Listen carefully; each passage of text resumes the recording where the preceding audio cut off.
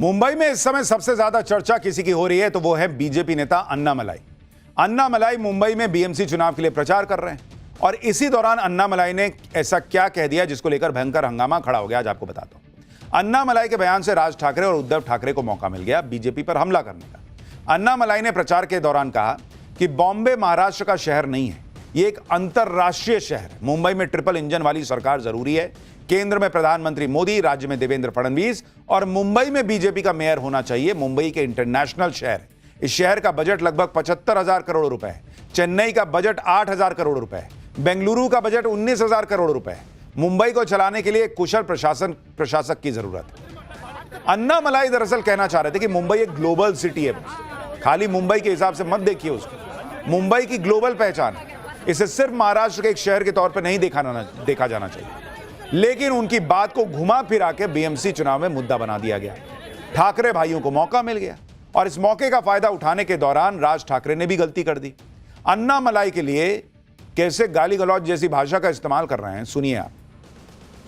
कोणतरी एक तामिळनाडू बंद रसमलाई आली होती, तो सांगतो मुंबईचा आणि म्हणजे महाराष्ट्राचा संबंध काय, तुझा काय संबंध आहे इथे याचा?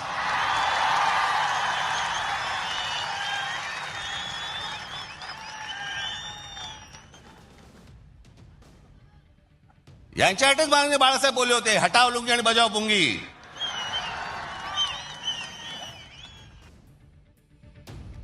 मंच पे खड़े होकर गाली वाली भाषा, यही राज ठाकरे की पहचान रह गई। इनको तालियां मिल जाती हैं, वोट नहीं मिलता। लोग आते हैं, मजा लेके चले जाते कि अच्छा बोला, चलो भाई मजा आया। राज ठाकरे की धमकी वाली भाषा के बाद एमएनएस कार्यकर्ताओं का मन भी बढ़ गया। वो खुलकर अन्नामलाई को धमकी देने लगे। इन सब पर अन्नामलाई ने भी जवाब दिया। अन्नामलाई ने कहा कि आदित्य ठाकरे और राज ठाकरे मुझे धमकाने वाले कौन होते हैं? उन्होंने सिर्फ मुझे अपमानित करने के लिए सभाएं आयोजित की। मुझे नहीं पता कि मैं इतना महत्वपूर्ण हो गया हूं या नहीं। अगर मैं कहूं कि मुंबई विश्व स्तरीय शहर है तो क्या इसका मतलब यह है इसे महाराष्ट्रियों ने नहीं बनाया? इन लोगों ने पूरी तरह ये लोग पूरी तरह से अज्ञानी हैं। अन्नामलाई ने कहा कि कुछ लोग धमकी दे रहे हैं कि मुंबई आने पर उनके पैर काट दिए जाएंगे। तो कह रहे हैं कि मैं मुंबई आ रहा हूं, जिसे पैर काटना है काट लें। अन्नामलाई ने अपना स्टैंड क्लियर कर दिया, लेकिन ठाकरे भाइयों ने इसे मराठी अपमान से जोड़ने का प्रयास किया। उद्धव की शिवसेना सवाल कर रही है कि अन्नामलाई के बयान पर फडणवीस और एकनाथ शिंदे खामोश क्यों हैं? सुनिए एक बार। एक अन्नामलाई आया है, कहाँ से? तमिलनाडु से। मुंबई में स्टार प्रचार है क्या बीजेपी का? वो मुंबई में आकर कहता है कि मुंबई महाराष्ट्र की नहीं है और राज्य के मुख्यमंत्री अब तक उसके ऊपर जवाब नहीं दे पा रहे। डिप्यूटी सीएम एकनाथ शिंदे भी चुप बैठे हैं, जो अपने आप को शिवसेना और धनुष्य बाण लेकर घूम रहे हैं ना, कि शिवसेना शिवसेना। जवाब दीजिए फडणवीस और शिंदे, उसके ऊपर एफआईआर लॉज होना चाहिए। जो महाराष्ट्र का और मराठी लोगों का अपमान किया है ये अन्नामलाई ने। उन्होंने ये कहा है कि मुंबई महाराष्ट्र की शहर नहीं है। अन्नामलाई जी खुद का डिपॉजिट देखे, खुद के वोटर्स देखे, उनको उनके पार्टी में क्या स्थान है देखे। हम मुंबई संभालने को समर्थ हैं। और ये उन्होंने भाजपा की जो विचारधारा है, मुंबई का अपमान करते रहो, महाराष्ट्र का अपमान करते रहो, यही उन्होंने किया है। अन्नामलाई कह रहे हैं कि मुंबई ग्लोबल शहर है। उसको ये लोग बना रहे हैं कि नहीं, ये तो कह दिए कि मुंबई महाराष्ट्र का शहर ही नहीं है। संजय राउत कह रहे हैं कि इन पे एफआईआर होनी चाहिए, तो जाइए एफआईआर कीजिए। आपको किसी ने मना किया है एफआईआर करने से? लेकिन इनको मुद्दा बनाना है, मामला घुमाना है। अन्नामलाई के नाम पर ठाकरे भाइयों ने गदर काट दिया। उधर राज ठाकरे के निशाने पर फिर से उत्तर भारतीय आए हुए हैं। राज ठाकरे ने यूपी, बिहार और हिंदी बोलने वालों के लिए कहा है कि यूपी, बिहार वालों को समझना होगा कि हिंदी आपकी भाषा नहीं है। आपकी भाषा अवधी और मैथिली है। किसी भी भाषा से नफरत नहीं है, लेकिन अगर आपने हिंदी भाषा थोपने की कोशिश की तो मैं आपको लात मारूंगा। कौन लात मार देगा बॉस? कैसे लात मार देगा बॉस यूपी बिहार वालों को? और कौन यूपी बिहार वाला आप पे मराठी भाषा पे जो है वो हिंदी थोप रहा है? देश भर में महाराष्ट्र के लोग घूम रहे हैं, काम कर रहे हैं अलग अलग जगहों पर। वो जाते हैं तो मराठी बोलना भूल जाते हैं। तो यूपी बिहार वाला अगर कहीं जा रहा है, काम कर रहा है, बात कर रहा है, तो हिंदी बोलना भूल जाए।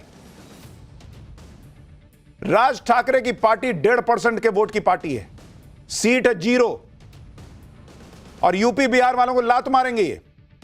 पॉलिटिक्स में आपको जनता ने आपकी पार्टी को लात मार रखी है, पहले उसको संभालिए बॉस। ये वो राज ठाकरे हैं जिनकी पार्टी को 1.5% वोट आता, 1.5%, सीट है 0। ये अपने बेटे को चुनाव नहीं जितवा पाते, हिंदी यूपी बिहार वालों को लात मारने निकले। खुद की पार्टी खत्म होती चली जा रही है, लेकिन राज ठाकरे यूपी बिहार वालों को लात मारने की धमकी दे रहे हैं। सोचते हैं इससे वोट मिल जाएगा, मराठी मानुष बहुत खुश हो जाएगा। अरे मराठी मानुष अगर खुश हो रहा होता आपके लोगों को, यूपी बिहार वालों को मारता हुआ देख के, तो आप 1.5% वोट पे ना बैठे होते, आपका बेटा ना हार रहा होता।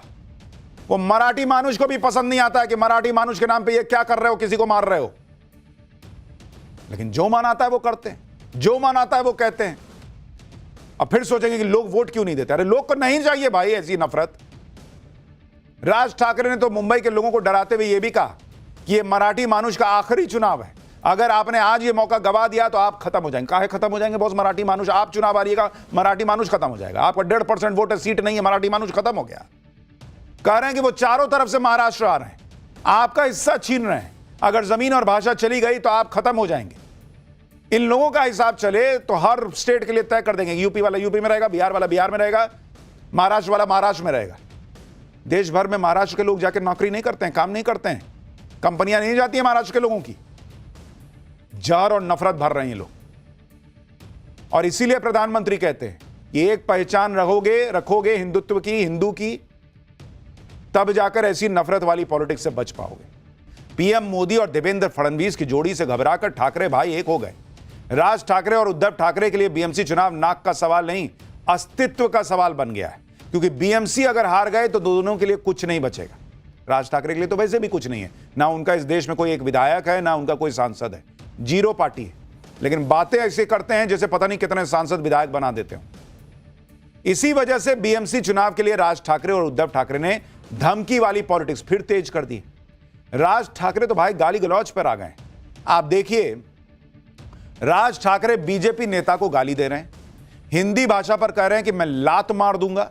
उद्धव ठाकरे हिंदुत्व पर अजीब बयान दे रहे हैं। शरद पवार अलग ही प्लान बना रहे हैं। चर्चा है शरद पवार और अजीत पवार फिर एक हो जाएंगे।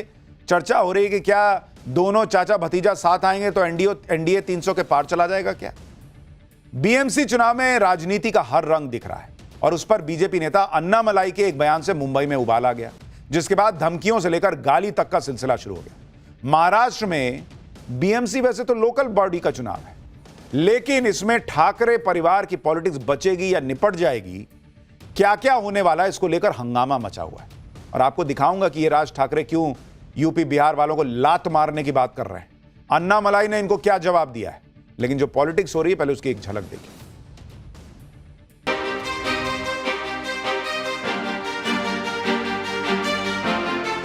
कडे कोणतरी एक तामिळनाडूमधून रसमलाई आली होती, तो सांगतो मुंबईचा आणि म्हणजे महाराष्ट्राचा संबंध काय, तुझाच काय संबंध आहे इथे याचा?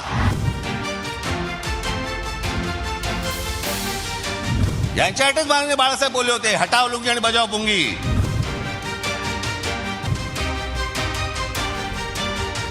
उसके ऊपर एफआईआर लॉज होना चाहिए। For more of such videos, do like, share and subscribe to ET Now Swadesh.